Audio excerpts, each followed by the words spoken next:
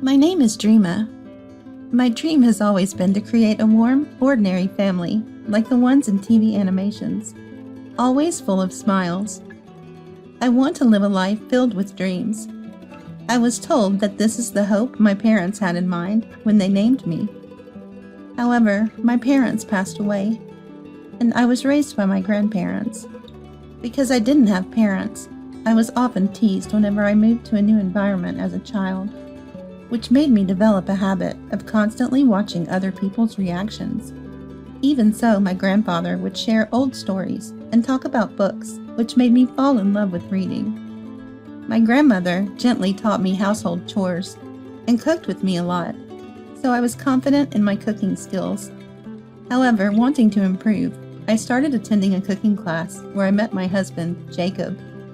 You cook so well, it's hard to believe you need a cooking class.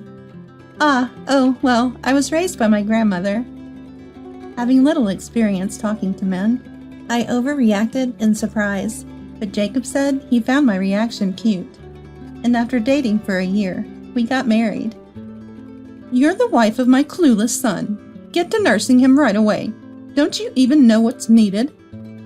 I thought she was perfect, homely, caring, and quiet, but she's slow.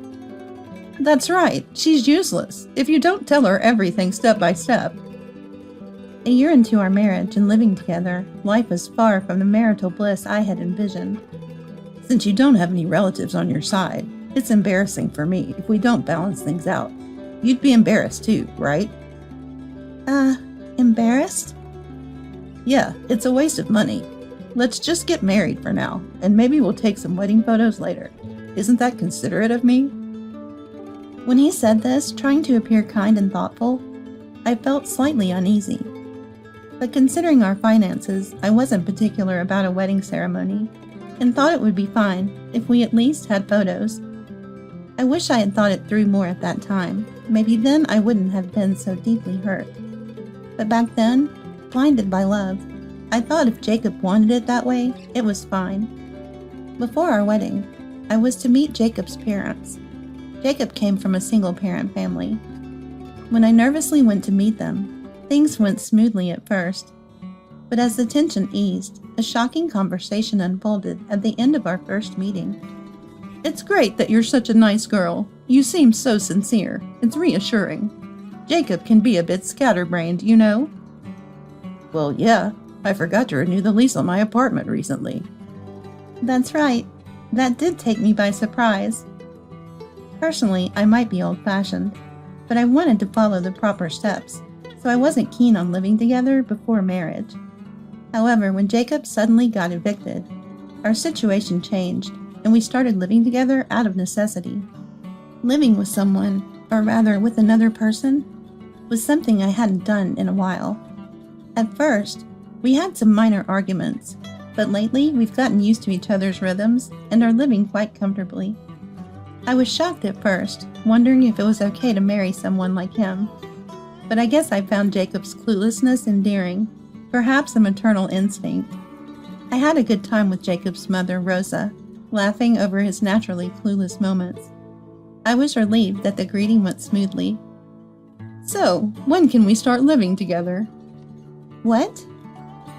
Well, we're not having a wedding ceremony, right? So anytime is fine. Really? Then when should we set it for? Saying that, Rosa left her seat to check the calendar in the corner of the room. I was momentarily frozen, unable to grasp the situation, but took the opportunity to tug at Jacob's sleeve while Rosa was away. What? I don't really understand. What? Didn't I tell you before we started dating that I grew up in a single-parent household, and that I'd live with my parent after getting married? I tried to recall the conversation. I remembered him saying that, and I think I praised him for it, but we never discussed the specifics. What? Is there a problem? After all, that's my primary condition for a spouse. You said I was great, remember? Faced with Jacob's carefree smile, I found myself at a loss for words. Would complaining about living together mean the end of our marriage? That worry crossed my mind. There are chores and cleaning to do, so let's talk again later. Dreama needs time to prepare, too. Rosa, smiling just as carefreely, left me with only one thought. Like mother, like son. Afterward, I tried to think of a way out, but nothing came to mind, and I couldn't refuse to live together. Starting next week, the three of us will be living together. I'm excited. Dreama will mostly be at home, and Mom's quite active and not often in, so it should be fine. Oh, we should all eat at least one meal together each day. About sharing household chores and stuff, what about bath time? We decided to continue living in the same non-dual household house, as remodeling seemed like a waste of money, meaning everything would be shared. Jacob looked at me as if I'd said something absurd. I was shocked, but I knew I couldn't just let it end there. But you know laundry. Everyone has their own rules for laundry, and food preferences, right? We even had fights over it at first. I think it would be good to have a talk about these things before starting to live together with Rosa, to get along better. I tried to keep the conversation light, making sure not to come off as negative. Getting along well. That's right. Dreama, thank you for thinking about all this. I somehow managed to persuade Jacob, but these rules ended up making my life more difficult. A few days after Rosa moved in, we decided to have a discussion. I thought it would be better to establish rules after a few days, as issues needed regulation would become more apparent. Dreama is so serious about having this kind of discussion. Mom, she said it's necessary to accommodate your preferences. Isn't Dreama thoughtful? Jacob's remarks made me realize that he hardly understood the point of what I had said. This meant that I was expected to do everything, and to also respect preferences. Oh, is that so? I thought we'd be talking about dividing household chores. What a good girl. Well, yes, I mostly work from home. A few days a month, right? Besides, I'm rarely home because of my part-time job. I want us to eat at least one meal together daily, maybe breakfast. That's a great idea. I've been waking up early lately, so mornings work for me. I mostly work from home and have a flexible schedule, able to shift work to evenings if needed during the day. However, I sometimes work late into the night, and one of our early fights when we started living together was about breakfast. So Jacob's suggestion surprised me. Didn't we fight about this when we first started living together? Mornings are tough for me. My blunt response took Rosa by surprise, and her smile vanished. Oh, Dreama, aren't you making breakfast for Jacob? I do, sort of. When I expect to sleep late, I prepare something in advance, and he just heats it up before going to work. Jacob seemed unbothered, but Rosa's attitude clearly changed. Heating it up himself? Sometimes I work until 2 a.m., and Jacob eats breakfast at 6, so it's hard for me. He prefers a set meal. Though I could easily make something simple like bread, Jacob wanted a more elaborate breakfast menu, which led to our current arrangement. 2 a.m., huh? Okay, I'll make breakfast most days. Dreama, you can do it on weekends. Thank you. Mom, you're doing chores? Isn't that hard with your part-time job? Dreama's at home all the time, and she's been taking it easy in the mornings. She should do it, right? Jacob bluntly implied that I was pushing my work onto Rosa and taking it easy. It's okay, Jacob. I love cooking, right? I'll make scrambled eggs tomorrow. Really, Mom? But let me know if it's too hard. Dreama can do anything. Every word from Jacob left me with nothing but doubts, wondering if he would ever stand by my side. My anxiety about living together only grew. From Jacob's comments, I realized just how excessively fond he was of Rosa. Thus began my cohabitation life, without any guarantees. Come on, breakfast time! I can't believe you sleep till the last minute. Can't you wake up early just for one day? Hurry up and help. The next morning, Rosa barged into my room, snatched away the blanket, and woke me up. I had intended to help, but my alarm hadn't gone off. When I checked, I realized I hadn't set it, so I quickly got dressed and headed to the kitchen. Jacob was already seated, and Rosa was pouring soup. I can't believe it. Hurry up and carry the soup over. I'm sorry. You got scolded right away. I knew you'd get scolded in the morning. but on the very first day? Jacob laughed joyously, but the delicious smell of breakfast couldn't mask my revulsion. Well, it can't be helped. I'll try hard with breakfast. Oh, and I only use a specific detergent for my laundry, so keep them separate. Which detergent is that? It's available near the station. I'll write down what I need you to buy later. It seemed I was confirmed to do all other chores and cleaning, but I didn't expect to handle all of Rosa's shopping too. As time went on, the gap between my ideal married life and reality only added to my confusion. Rosa's attitude worsened when she realized I wouldn't resist, and Jacob did nothing to stop her, often laughing or even scolding me. Oh, did you clean? I thought you hadn't, so I did it again. I'm so tired now. Can you give me a massage? Rosa, who must have seen me cleaning the whole time, seemed to enjoy harassing me. She acted as if she had redone my cleaning, but in reality, she had just wiped the TV she was watching while lying down. What? Mom, are you okay? Dreama, hurry up and massage her. Why are you troubling Mom like this? I thought he should do it himself, since she's his mother. Rosa barely worked part-time once a week, and spent most of her time idly at home. I doubted she needed that much care. Just moments ago, I hadn't been able to eat dinner due to their incessant demands, and I was finally eating my cold meal. I'm eating right now, I responded weakly, feeling defeated. Still eating? You're so slow. Eating too leisurely will make you gain weight, you know? Mom's probably in better shape, right? I was stunned by such a disgusting comment, but Rosa seemed pleased with herself. Stop it. There are times when you shouldn't say the truth. I've always been honest and straightforward, which is good. But as a woman, you should show some restraint. Despite having complained about knee pain just moments ago, she quickly moved beside Jacob, looking satisfied. I didn't think I was particularly stylish, but I wasn't overweight, and since moving in, I had only lost weight. Disgusted with their little world, I quickly finished eating and proceeded with other chores. As a result of this lifestyle, either from lack of sleep or stress, I fell ill. I woke up with a high fever, barely able to get out of bed. A fever? What about today's cleaning and chores? What do you mean? What am I going to do? My temperature is nearly 104 degrees. I'm going to the hospital. What? You're exaggerating. So what about dinner? You're not expecting Mom to handle it, right? Despite my feverish state, I was aware that my feelings for Jacob were cooling. I won't rely on Rosa. Just let me sleep for now. Jacob and I slept in separate rooms due to his loud snoring, so I pushed him out of my room. After some rest, Rosa woke me up again. What are you doing sleeping so long? What about my lunch? The cleaning? Though slightly recovered and able to grasp the situation, the sharp headache intensified, worsened by Rosa's shrill voice. I'm going to the hospital now. I'll buy Rosa's lunch on my way back, handle dinner somehow, and do the rest tomorrow. Really? Making such a fuss over nothing. You're so weak and useless. I wish they could take care of themselves, but realized it was faster to just do it myself than argue.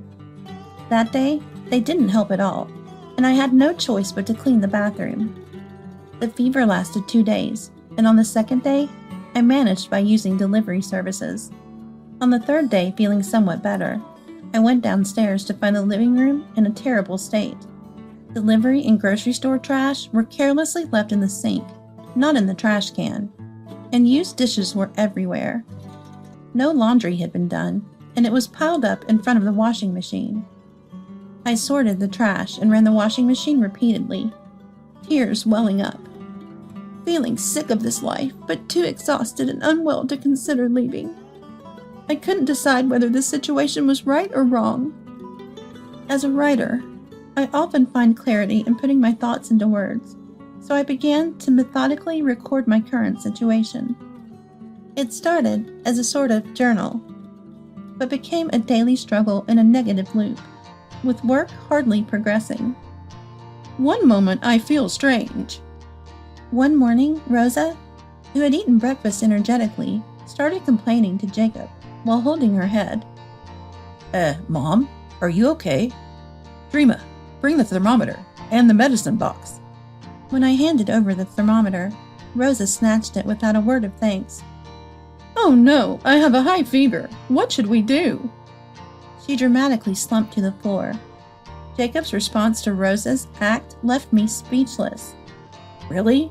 98.6 degrees? That's so hot. Should I call an ambulance? Should I accompany you to the hospital? Seeing them panic and fret, I couldn't help but find it ludicrous, compared to their indifference when I had 104-degree fever just days ago. Did I catch it from Dreama? Rosa blamed me, but we had hardly interacted since I hadn't been cared for at all. And to think, this was an issue from weeks ago. Jacob's reaction affirmed her accusation.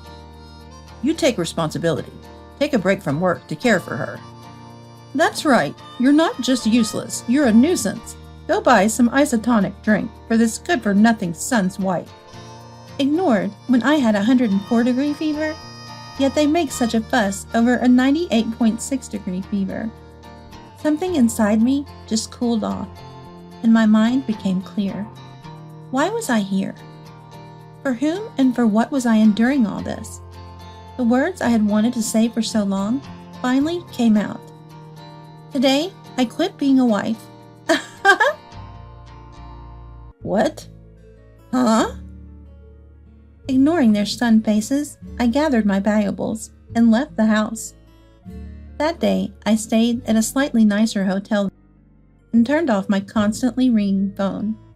I called my friend, Elika, a childhood friend who'd lived nearby when we were kids, and explained everything. She rushed over immediately. When I introduced Jacob to Elika after we started dating, she liked him. Initially shocked by my story, she soon joined me in angry tears after hearing the details. I wanted to protect the family I had finally made, but suddenly I lost all motivation and just had to leave. As I spoke with a faint smile, Elika looked even sadder. It's okay. Leave it to me. I've always been a bit timid and good at detailed work, while Elika strong-willed but somewhat rough around the edges, and I had overcome many challenges together. Elika then thumped her chest and gripped my hand tightly. Elika, Dreama, you did well. You did nothing wrong. You were amazing. Elika's straightforward gaze, filled with tears, made me break down and cry.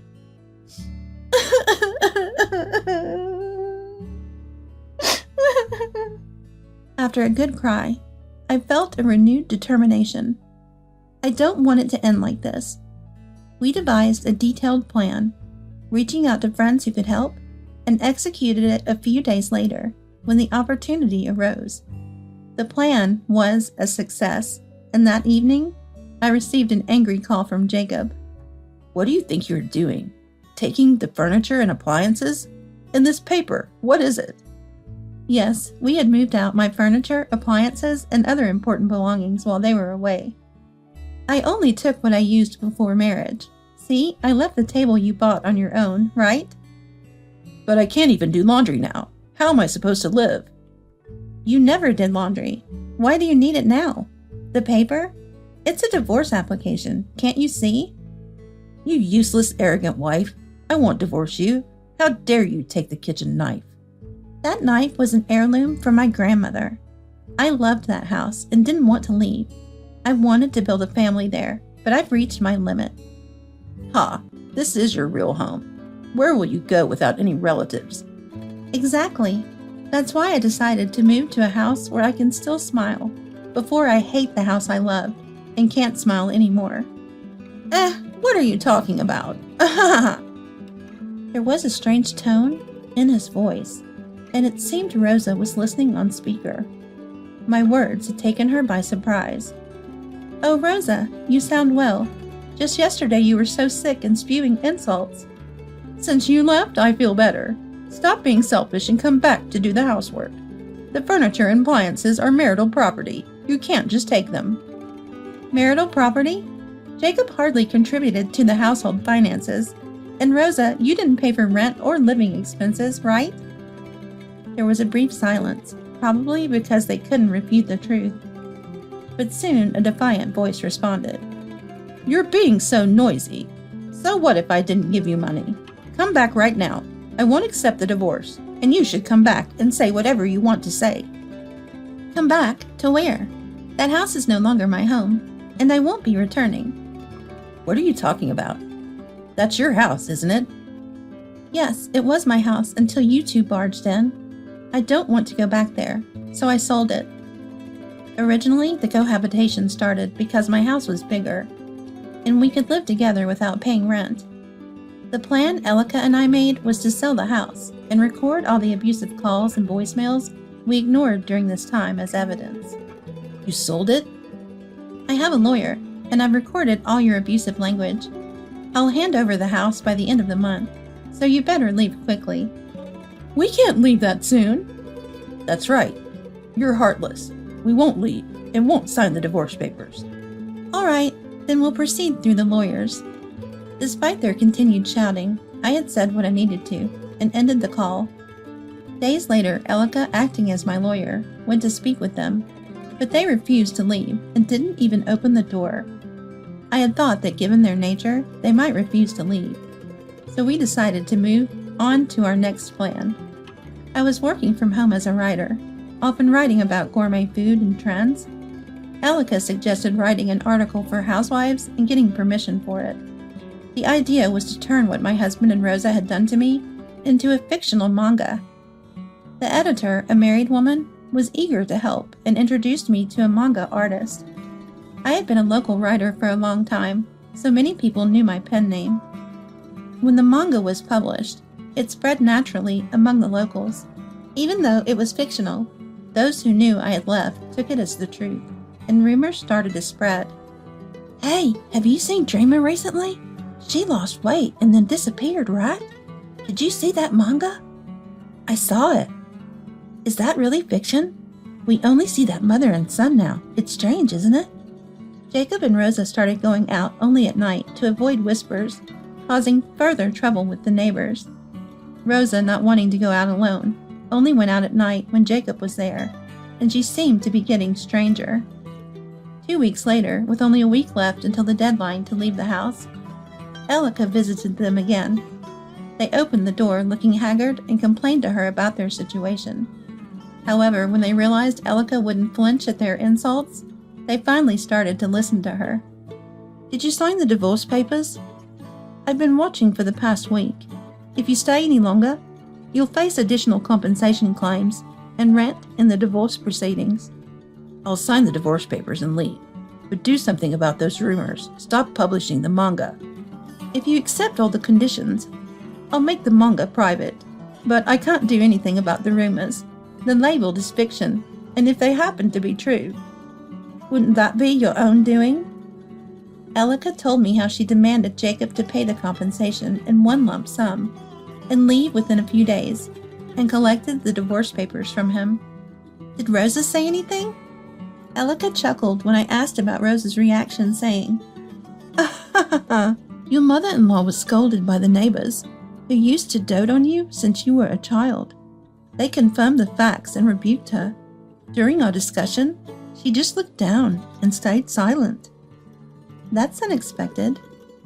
My grandparents had lived in that area all their life, and the neighbors, sympathizing with my loss of parents at a young age, had always been kind and helpful. "Here's the divorce application. Make sure to finish it properly." "Thank you, Elika. I need to thank the neighbors, too." The impact of the manga was greater than I expected, and I realized how many people had supported me. So I successfully divorced and sold the house. A local real estate agent is renovating it into a shared house. I hope it will be filled with many smiles in the future. Later, I accidentally met someone from Jacob's company who told me about their current situation. They moved into an old apartment, but Rosa, now distrustful of people, refused to leave the house. Jacob, trying to please Rosa, ended up in debt and was eventually caught for embezzlement and sentenced to prison. His friends seemed to have given up on helping them. Meanwhile, I moved to a new house near my old one. The shopping street and the warm watchfulness of the neighbors remained the same. I planned to focus on my work for a while, but I didn't want to say I've given up on marriage. That would feel like admitting defeat. Hey, more rice, please. Isn't this your third bowl? It's okay. I don't gain weight easily. No, it's not about that. What's with your stomach capacity? Your cooking is just too delicious. Having a friend who's a great cook is a crime. Elika said thoughtfully, and we both laughed.